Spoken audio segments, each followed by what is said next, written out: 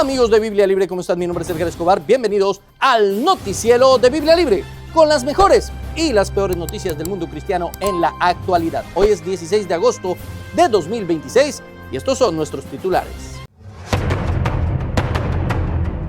La iglesia se mueve a ayudar a damnificados en el terremoto de Colombia. Asistencia crítica en Lakewood prende las alarmas. Yesenia Ten, urgente, senadora Castellanos encuentra el verdadero origen de la guerrilla. Luis Cruz nos trata como basura en el amor del Señor. Pastora afirma que extraterrestres le robaron los óvulos. Y comenzamos en el día de hoy aquí mismo en Houston, donde aparentemente la iglesia está en una crisis, y estoy hablando de la famosísima mega iglesia de Lakewood. La iglesia Lakewood, dirigida por Joel y Victoria Austin en Houston, Texas, vuelve a hacer noticia, esta vez no por una nueva revelación sobre cómo alcanzar el éxito, activar el favor o vivir una vida extraordinaria, sino por algo bastante menos inspirador. Un video muestra su gigantesco auditorio prácticamente vacío durante un servicio dominical. Las imágenes fueron grabadas por el usuario de Instagram, Christian Daniel X, quien visitó la congregación el domingo 9 de agosto durante la reunión de las 8:30 de la mañana. El video permite observar extensas áreas desocupadas dentro del antiguo Compaq Center, un recinto de aproximadamente 55.740 metros cuadrados y con una capacidad para 16.800 personas. En otras palabras, había más sillas disponibles que promesas de prosperidad, y eso ya es mucho decir.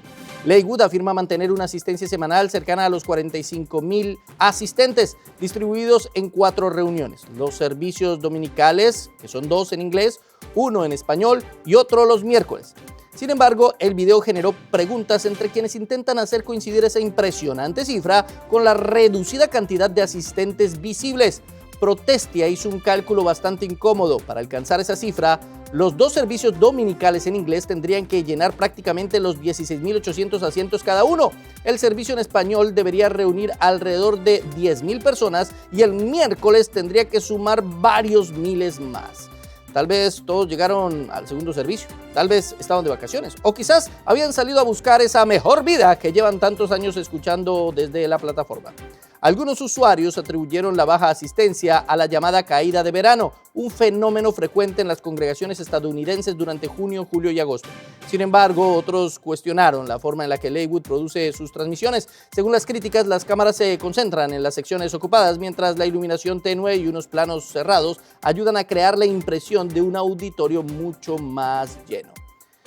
Nada necesariamente ilegal, es simplemente el antiguo milagro televisivo de multiplicar multitudes mediante un buen encuadre. Ahora bien, debemos ser justos. Un solo video grabado durante una reunión específica no demuestra que Lakewood está atravesando una crisis permanente ni permite concluir que su asistencia semanal sea falsa. Sin embargo, no es la primera vez que esto se reporta. Pero la imagen sí sirve para recordar algo importante. Llenar un estadio nunca ha sido la medida bíblica de una iglesia saludable, y verlo vacío tampoco demuestra automáticamente que Dios la esté juzgando. La fidelidad de la congregación no se mide contando cabezas, edificios, libros vendidos o seguidores en YouTube, sino examinando si se predica fielmente todo el consejo de Dios. Y es que no es la primera vez y ya tenemos reportes de que las iglesias, las mega iglesias en los Estados Unidos están entrando en crisis. Si usted sabe algo sobre esto, colóquelo aquí en la caja de comentarios. Y ahora vamos a Colombia, sí señores, mi patria querida, donde una senadora y pastora del G12, pues parece que se le olvidaron sus clases de historia o tal vez nunca las tomó. Después de décadas de investigaciones, comisiones de la verdad, estudios sobre la violencia bipartidista, conflicto agrario, exclusión política, guerra fría, comunismo y narcotráfico, la senadora cristiana Sara Castellanos parece haber encontrado una explicación mucho más sencilla para el conflicto colombiano. Todo comenzó porque Colombia no apoyó la creación del Estado de Israel. Escúchela. Cuando nacieron las guerrillas, no sé si sabías eso, fue el año que Colombia se abstuvo en la votación de que Israel fuera nación. Entonces vemos la consecuencia de no votar, de decir, porque esa es una postura tan tibia que a veces uno tiene, o sea, no es ni sí ni no, no vamos a votar, pues eso es un no. Entonces Colombia vota no, se va en contra de Israel ese año, nacen las guerrillas y cuánto hemos sufrido. Ahí es para que ustedes entiendan la dimensión de que lo que sucede con Israel, nuestra postura sí nos afecta a nosotros. Hasta el día de hoy estamos sufriendo. Así de fácil. Los historiadores pueden ir guardando sus libros. Durante una entrevista sobre las relaciones entre Colombia e Israel, la senadora recordó la votación realizada en las Naciones Unidas en 1947 y relacionó la posición colombiana con el posterior surgimiento de las guerrillas. Su argumento pretende ser bíblico, histórico y político al mismo tiempo, pero termina teniendo dificultades en los tres terrenos. Para comenzar, Colombia no votó contra la creación del Estado de Israel, como incluso ella misma admite. Colombia se abstuvo en la votación de la resolución 181 del 29 de noviembre de 1947. La propuesta fue aprobada con 33 votos a favor, 13 en contra y 10 abstenciones. Parece un detalle pequeño, salvo por el insignificante hecho de que abstenerse y votar en contra no significa lo mismo. La resolución tampoco consistía simplemente en levantar la mano para responder quién quiere que Israel exista. El documento proponía dividir el territorio bajo mandato británico para crear un Estado judío, un Estado árabe y un régimen internacional especial para Jerusalén. Era un asunto político, territorial y jurídico bastante más complejo que una prueba celestial para determinar qué naciones merecían ser bendecidas. Además, Colombia reconoció oficialmente al Estado de Israel en febrero de 1949 y ese mismo año votó a favor de su ingreso en las Naciones Unidas. Las relaciones diplomáticas entre ambos países fueron establecidas en 1957, pero estos datos estorban un poco cuando ya se ha decidido convertir la historia en una ilustración para un sermón. La explicación sobre las guerrillas es todavía más sorprendente. Las FARC surgieron formalmente en 1964. 17 años después de aquella votación. Sus raíces históricas se encuentran en la violencia liberal conservadora, los conflictos por la tierra, el asesinato de Gaitán, las autodefensas campesinas, el Partido Comunista, Marquetalia y la exclusión política del Frente Nacional. El ELN también apareció en ese año, influenciado por la Revolución Cubana, el marxismo y diferentes movimientos revolucionarios latinoamericanos. Ninguna investigación histórica seria sostiene que estos grupos se formaron porque Colombia se abstuvo de una votación sobre Palestina. Pero la teoría de la señora presenta un inconveniente todavía más incómodo. La Unión Soviética votó a favor de la partición de Palestina y fue uno de los primeros estados en reconocer oficialmente a Israel. Al mismo tiempo, el bloque soviético impulsó la expansión internacional del comunismo que inspiró a numerosos movimientos guerrilleros. Es decir, siguiendo la lógica de Castellanos, la Unión Soviética bendijo a Israel, pero después ayudó a exportar la ideología que alimentó las guerrillas. Al parecer, la fórmula de bendición geopolítica sufrió allí una pequeña falla técnica. Ahora solamente le falta a esta señora decir que el terremoto de Colombia fue por la falta de fe de los colombianos.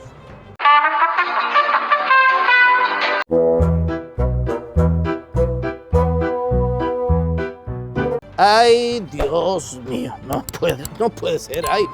Dios mío, nombran a cualquiera de senador, que porque dice que es pastor y porque habla bonito y eso, pero no tiene la más remota idea. Yo durante 17 años enseñé historia. Si necesita un profesor de historia, Sarita, con mucho gusto, gratis. Le doy las clases gratis, si quiere.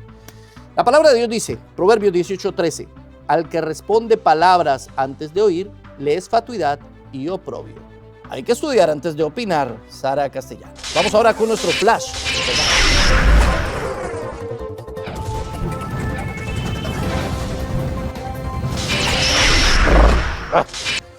Gracias, Flash. Hoy sí me aguanto toda la energía de este Flash porque hemos estado orando durante días por los damnificados del terremoto en Colombia y la iglesia no se ha quedado quieta. Colombia continúa enfrentando las dolorosas consecuencias del terremoto de magnitud 7.4 que sacudió el país el lunes 10 de agosto. El movimiento tuvo su epicentro en San José del Palmar, Chocó, a 103 kilómetros de profundidad y fue calificado por el Servicio Geológico Colombiano como el sismo de mayor magnitud registrado en el país durante el siglo XXI. Para el 13 de agosto, los informes hablaban de aproximadamente 265 fallecidos, más de 3.000 heridos y alrededor de 500 desaparecidos, aunque las cifras continúan cambiando conforme avanzan las búsquedas. Pero en medio de la muerte, la destrucción y el miedo, también han surgido escenas de fe que están conmoviendo al país. 8 días antes del terremoto, el 2 de agosto, cientos de cristianos participaron en la Marcha para Jesús realizada en Garzón Huila. Hombres, mujeres y jóvenes se arrodillaron en plena calle, algunos vestidos de blanco y otros sosteniendo la bandera colombiana, para aclamar por la nación. En el video se escucha a una mujer orando, Señor, tu pueblo necesita de ti, nuestra Colombia necesita de ti, Padre. Las imágenes volvieron a hacerse virales después de la tragedia. Sin embargo, es importante aclarar que aquella oración no fue realizada después del terremoto, sino 8 días antes. Esto tampoco demuestra que los participantes hubieran profetizado o conocido anticipadamente lo que sucedería. Lo que sí evidencia es que ya existía una iglesia preocupada, orando públicamente por Colombia y llamando al país a buscar a Dios. Otra escena ocurrió inmediatamente después del movimiento. Mientras las personas evacuaban sus casas, un hombre se arrodilló en medio de la calle, levantó las manos y comenzó a predicar. Por eso debemos cambiar nuestro corazón y nuestra mente, nuestra arrogancia. Debemos tener humildad, amar a Dios por encima de todas las cosas.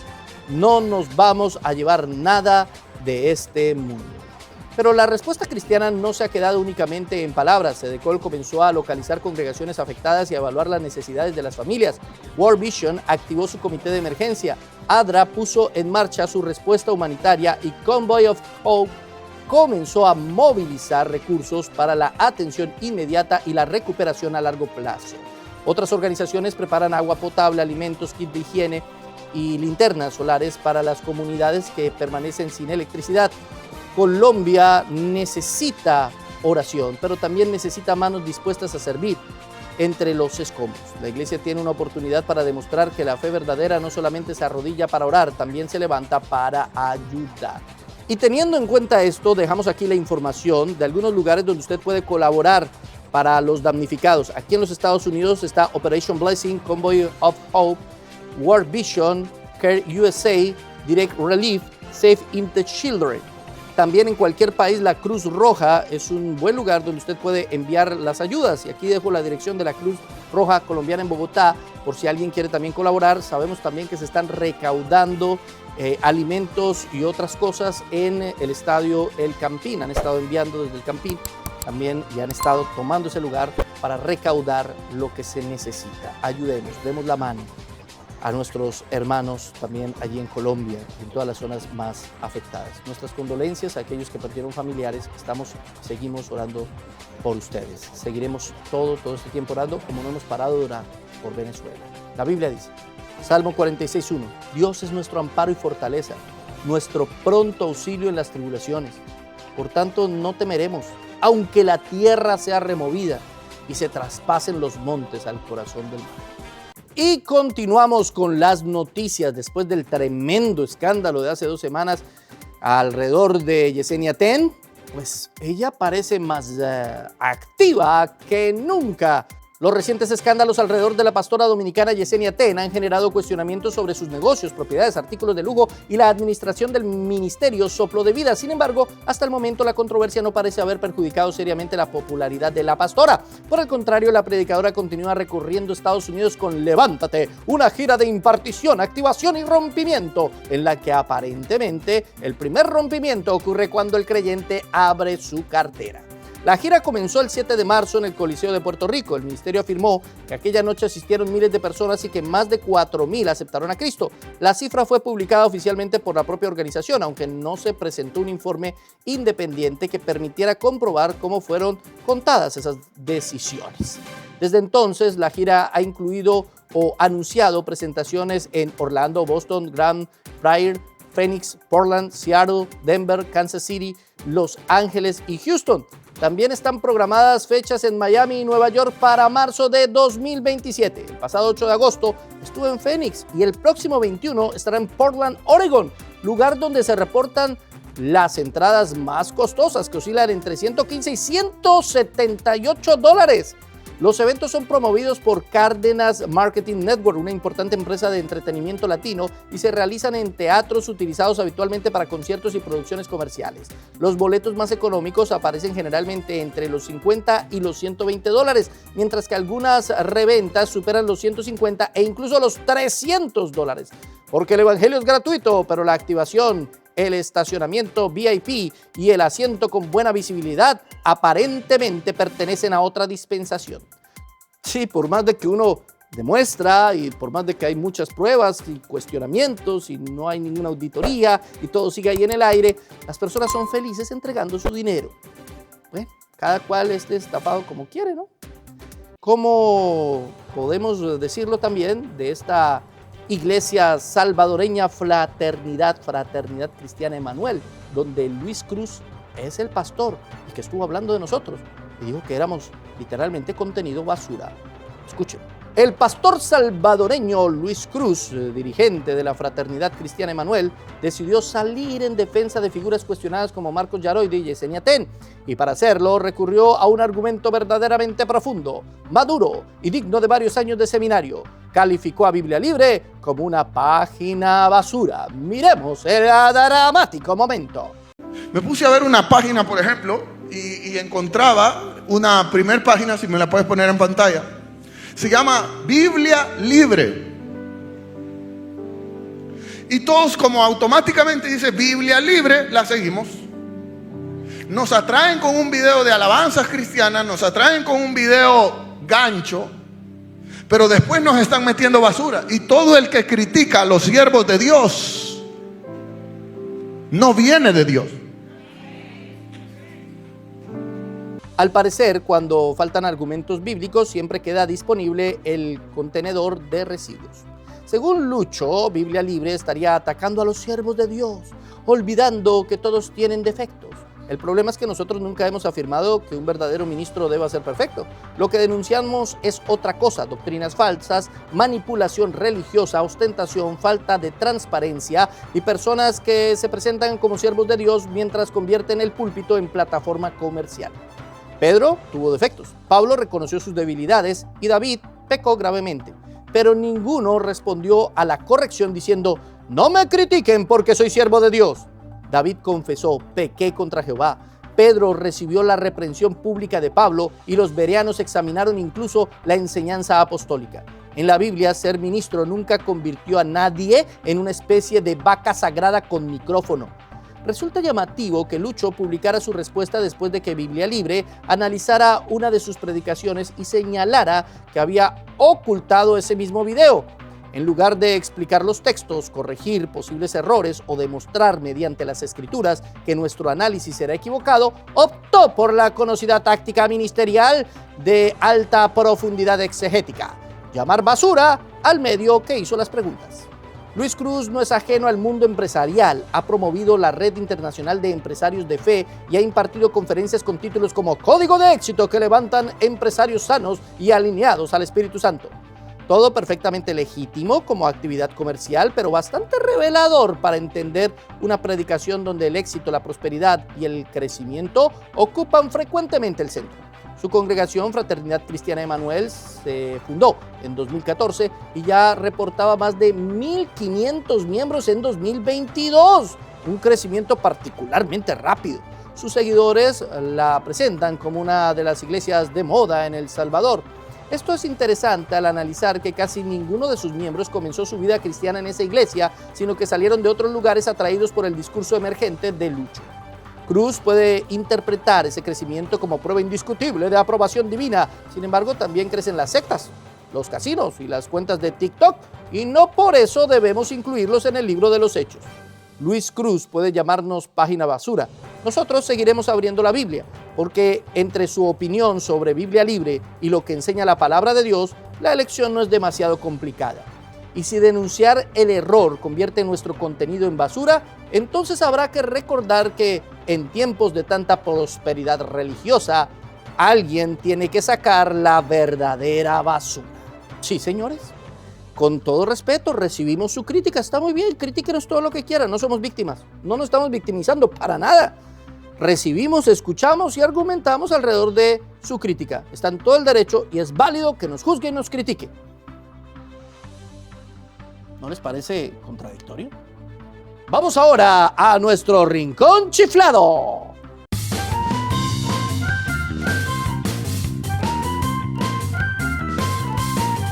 Sí, señores, y en el Rincón Chiflado ahora aparece una pastora que dijo que los extraterrestres sacaron sus óvulos. ¿Cómo lo oye? La pastora y televangelista estadounidense Katie Souza ha sorprendido al mundo cristiano al declarar que unos extraterrestres grises habrían extraído sus óvulos durante un supuesto encuentro sobrenatural y que esa sería la razón por la cual nunca pudo tener hijos. Sí, estimados hermanos, aparentemente los marcianos no solamente recorrieron varios años luz para visitar la Tierra, sino que también inauguraron una clínica clandestina de fertilidad. Todo, por supuesto, sin dejar expediente médico, imágenes verificables ni una factura intergaláctica que permita presentar una reclamación. Sousa relató que su experiencia ocurrió cuando todavía no era cristiana. Años después habría concluido que los seres que encontró eran entidades demoníacas disfrazadas de extraterrestres y que estos le habrían quitado sus óvulos. La historia no quedó confinada a una conversación privada. Carisma Media produjo y promocionó un programa de más de 28 minutos titulado Katie Sousa, Alien Grady Harvested, My Ex, convirtiendo una afirmación extraordinaria, carente de pruebas públicas, en contenido cristiano listo para obtener visitas. La propia revista incluyó el video entre sus contenidos destacados. Sousa no es simplemente una invitada ocasional, su ministerio la presenta como pastora ordenada, maestra, autora y conferencista, aunque aclara que no dirige una congregación. Además mantiene programas de televisión y una obra dirigida a personas encarceladas. Todo esto aumenta la responsabilidad con la que debería comunicarse experiencias personales tan difíciles de comprobar. Su sitio oficial describe su posición y ministerio. El problema no consiste en negar que una persona pudiera haber vivido una experiencia aterradora o confusa. El problema surge cuando una interpretación personal se presenta ante miles de creyentes prácticamente como revelación, sin evidencia médica, documental o testimonial independiente. La infertilidad es un sufrimiento real y merece compasión, acompañamiento pastoral y atención médica. No debe convertirse en combustible para una especulación de producción sobre extraterrestres. La iglesia necesita discernimiento porque si cada experiencia extraordinaria recibe automáticamente micrófono, iluminación y miniatura de YouTube, pronto necesitaremos menos teólogos y más agentes de los expedientes secretos X. Ay, Dios mío, cada día se inventan una cosa peor. Pero bueno, ay, señor. Vamos ahora con mi sección favorita. Vamos con Oremos.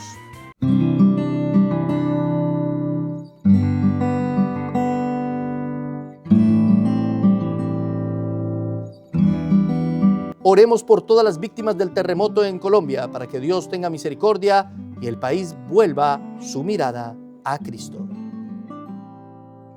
Oremos por Sarah Stone, la hija del pastor Mike Stone, pues tras ingresar a cuidados intensivos en un hospicio en su casa, su vida corre riesgo.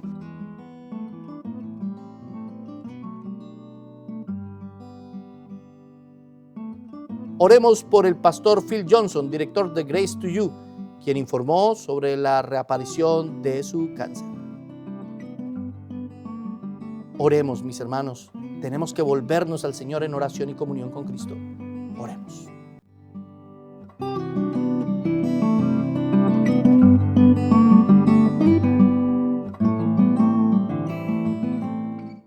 Y terminamos en el día de hoy con el meme de la semana.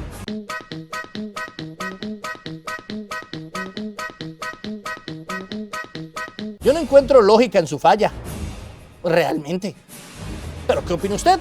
Colóquelo aquí en la caja de comentarios. Si no ha visto el video que hicimos sobre Luchito, lo publicamos el martes pasado. Vaya y véalo, vaya y vea todos los videos. Esta semana publicamos una gran cantidad de videos edificantes, llenos de palabra, conocimiento, también algo de humor, claro que sí, reflexión, crítica, análisis, porque nosotros no comemos entero y sabemos que usted tampoco. Por eso está viendo este canal. Así que muchas gracias por acompañarnos. Dios los bendiga y los guarde.